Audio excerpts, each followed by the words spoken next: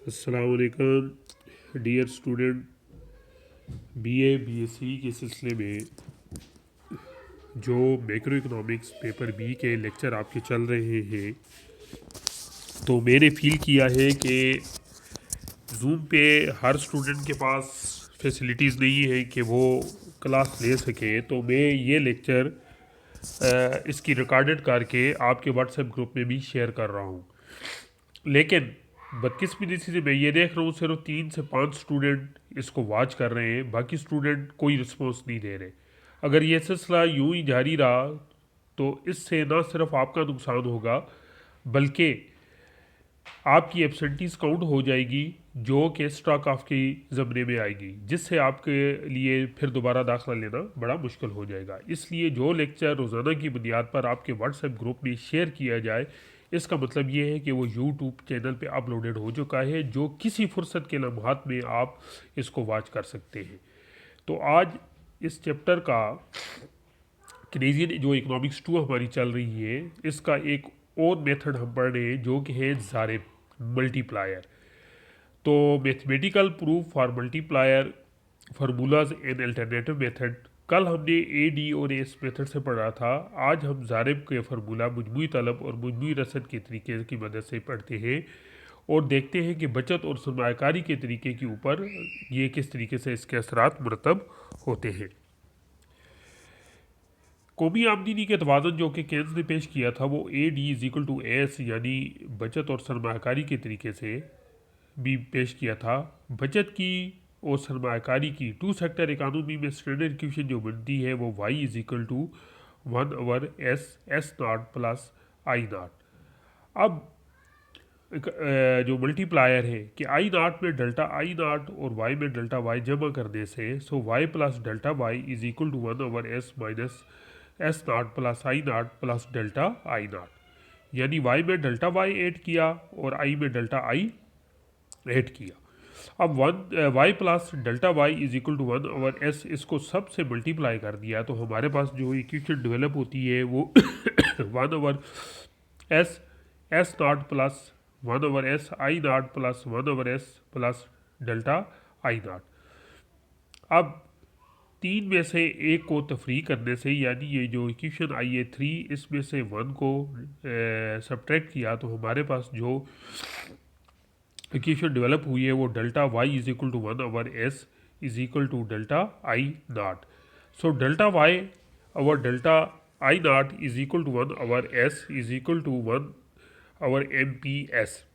तो ये इसकी इक्वेशन स्टैंडर्ड फॉर्म में बन जाती है, यानी MPS means marginal propensity to save हो जाता है। अब इसकी ग्राफिकल रिप्रेजेंटेशन कुछ इस तरीके से है कि आपने ये देखा फिगर नंबर 12 में कि आमदनी और सेविंग और इन्वेस्टमेंट जहाँ पर इक्विलिब्रियम होती है वहाँ पर आपकी आमदनी 100 है। अब हमने कहा था कि चेंज इन इन्वेस्टमेंट यानी 100 का जिसमें इजाफा होता है सरमाकारी में, जो आमदनी में 500 रुपये का सबब बनता है, तो वो Y1 से बढ़कर कितने हो जाता है, Y2 हो जाता है।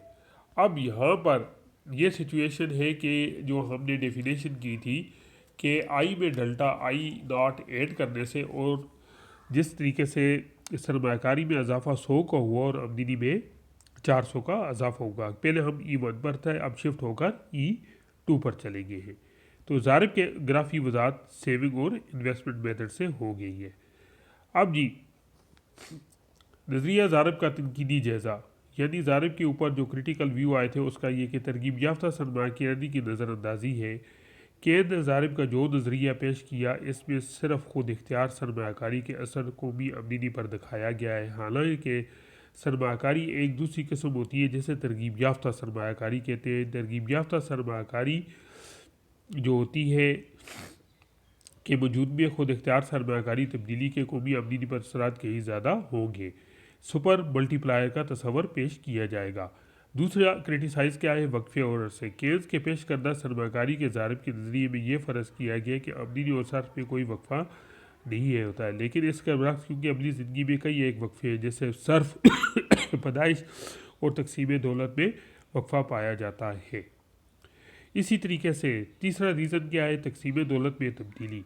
ज़ारब के नज़रिए में फ़र्ज़ किया गया है कि लोगों का MPC यकसान रहता है और दौलत की तकसीम में कोई तब्दीली वाक़या नहीं हो सकती। लेकिन तमाम लोगों का MPC यकसान नहीं होता। हकीकत के बरक्स बूढ़ों और जवानों, औरतों और मर्दों में देहाती और शहरी अफराद का MPC में फ़र्क होना लाजमी है, क्योंकि देहातों में रहने वाले लोग सादा ज़िंदगी गुजारते हैं और शहरों में रहने वाले लोगों की ज़िंदगी ज़रा सहूलत में होती है और वहाँ पर उनके अखराजात भी ज़्यादा होती है। लिहाजा सबका MPC एक जैसा नहीं हो सकता।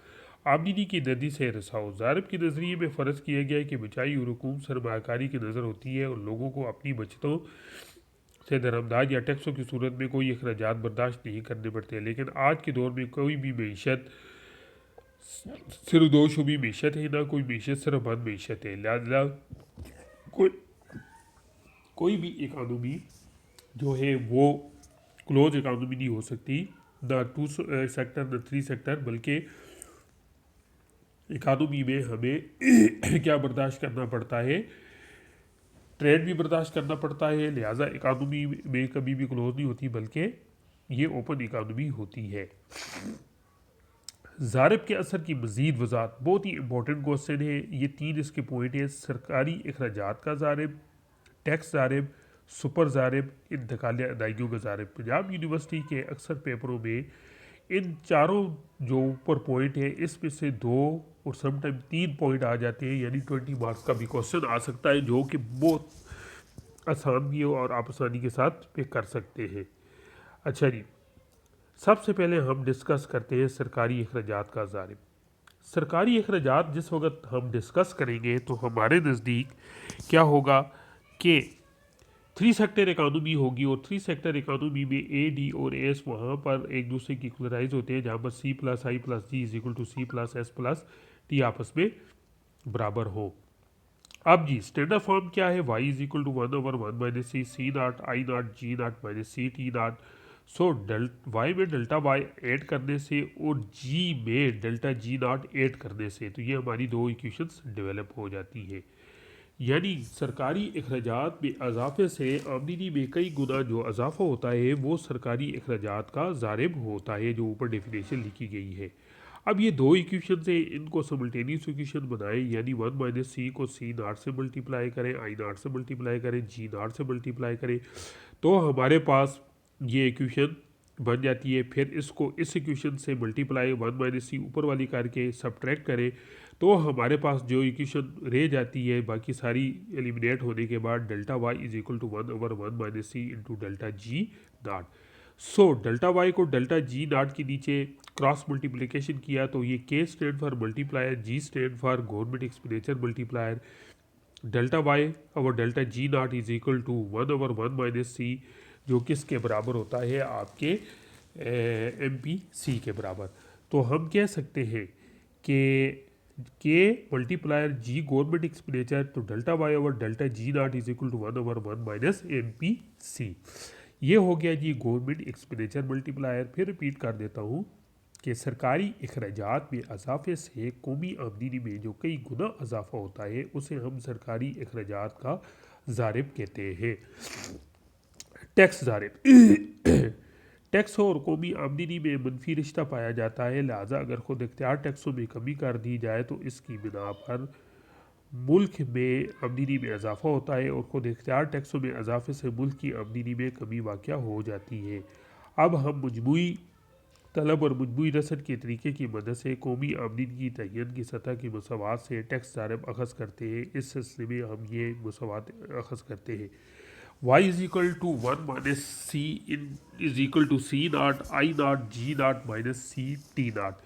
यानी टैक्सेस में इजाफे से कौमी आमदनी में कई गुना कमी हो जाती है और टैक्सेस में कमी से कौमी आमदनी में कई गुना इजाफा हो जाता है। ये जो -C है ये क्या बताता है कि non proportional relationship between tax and आमदनी।